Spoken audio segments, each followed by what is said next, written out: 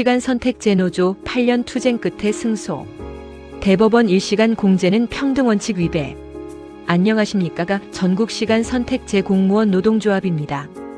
2026년 5월 29일 대법원은 시간선택제 채용 공무원들이 제기한 초과 근무수당 소송에서 원심 판결을 파기하고 사건을 서울고등법원으로 환송했습니다.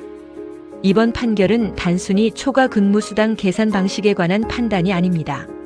시간선택제 채용 공무원들이 오랜 기간 겪어온 구조적 차별과 불합리를 바로잡는 중요한 전환점이며 공직사회에 존재하는 차별적 제도를 정부가 다시 살펴보라는 강력한 메시지입니다.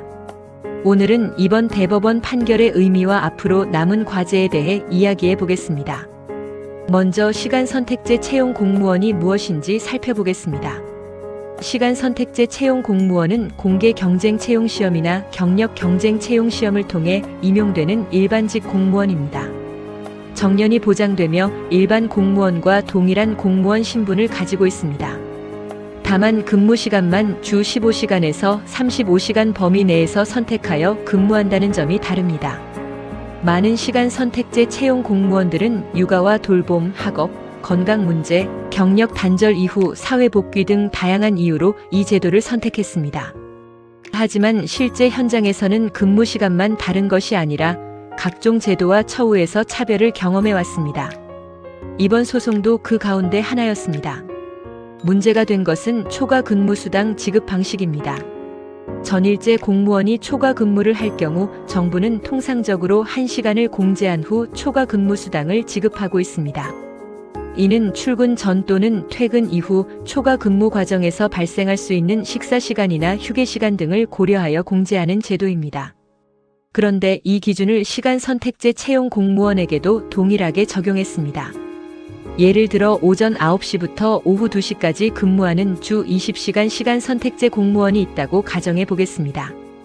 이 공무원이 업무상 필요로 오후 6시까지 계속 근무했다면 실제로는 4시간을 추가로 근무한 것입니다.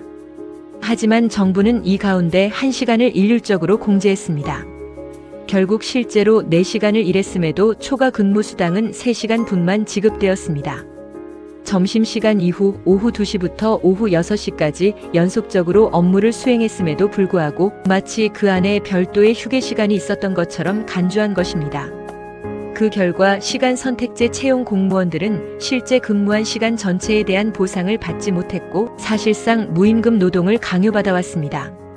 이 문제를 해결하기 위해 시간선택제노조는 인사혁신처와 여러 차례 간담회를 진행하며 제도 개선을 요청했습니다. 그러나 문제는 해결되지 않았습니다. 결국 2018년 7월 정성애 위원장을 비롯한 시간선택제 채용 공무원들이 직접 원고가 되어 행정소송을 제기했습니다. 그렇게 시작된 싸움은 무려 8년 동안 이어졌습니다. 그리고 마침내 2026년 5월 29일 대법원의 판단이 내려졌습니다.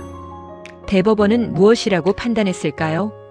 대법원은 전일제 공무원의 초과 근무와 시간선택제 채용 공무원의 통상 근무시간 내 초과 근무는 성격이 다르다고 보았습니다. 전일제 공무원의 경우 초과 근무가 출근 전 또는 퇴근 이후에 이루어지기 때문에 업무 준비 시간이나 휴게 시간이 포함될 수 있습니다. 반면 시간선택제 채용 공무원이 오전 9시부터 오후 2시까지 주 20시간 근무 시 2시부터 오후 6시까지 초과 근무 시 이 시간에 별도의 휴게 시간이나 식사 시간이 포함된다고 보기 어렵습니다. 또한 업무 강도나 상급자의 지휘 감독 가능성 측면에서도 차이가 존재하지 않는다고 판단했습니다. 그럼에도 불구하고 동일하게 1시간을 공제하는 것은 합리적인 이유가 없는 차별이라는 것입니다. 대법원은 결국 이러한 차별적 취급이 헌법상 평등원칙에 반한다고 판단했습니다. 그리고 원심 판결이 이러한 점을 제대로 고려하지 못했다고 보아 판결을 파기하고 사건을 서울고등법원으로 돌려보냈습니다. 이번 판결이 중요한 이유는 단순히 초과 근무수당 몇 시간의 문제가 아니기 때문입니다. 이번 판결은 시간선택제 채용 공무원에 대한 차별을 판단하는 새로운 기준을 제시했습니다. 대법원은 같은 것은 같게, 다른 것은 다르게 취급해야 한다는 헌법상 평등원칙을 다시 한번 확인했습니다. 형식적으로 동일한 규정을 적용했다고 해서 반드시 평등한 것이 아니라는 점을 분명히 한 것입니다.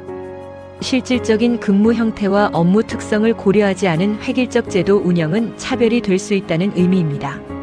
이러한 판단은 시간 선택제 채용 공무원 제도 전반에도 적용될 수 있습니다. 현재 시간 선택제 채용 공무원들은 승진, 수당, 복리후생 등 여러 영역에서 차별 문제를 제기하고 있습니다.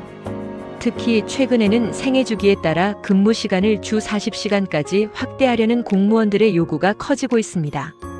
육아나 돌봄 때문에 시간 선택제를 선택했던 시간 선택제 채용 공무원들이 자녀가 성장하거나 생활 여건이 변화한 이후에는 주 40시간 근무를 희망하는 경우가 많습니다. 그러나 현실은 녹록지 않습니다. 정원 운영 방식, 총액인 건비제, 현원 산정 등 관리 기준 등의 제도적 제약 때문에 근무 시간 확대가 제한되는 사례가 발생하고 있습니다. 실제 업무와 책임은 전일제 공무원과 다르지 않은데도 단지 시간 선택제라는 이유로 근무 시간을 확대해 역량을 강화할 기회가 제한되는 것입니다. 이번 대법원 판결은 이러한 문제 역시 평등 원칙의 관점에서 다시 검토할 필요가 있음을 시사하고 있습니다. 이번 사건을 대리한 차연일 변호사는 이렇게 말했습니다. 사람이 실제로 4시간을 일했는데 3시간만 일한 것으로 계산하는 것은 누구나 납득하기 어려운 일이다. 매우 단순한 이야기입니다. 그리고 바로 그 단순한 상식이 이번 판결의 핵심입니다. 법은 상식을 외면하기 위해 존재하는 것이 아닙니다.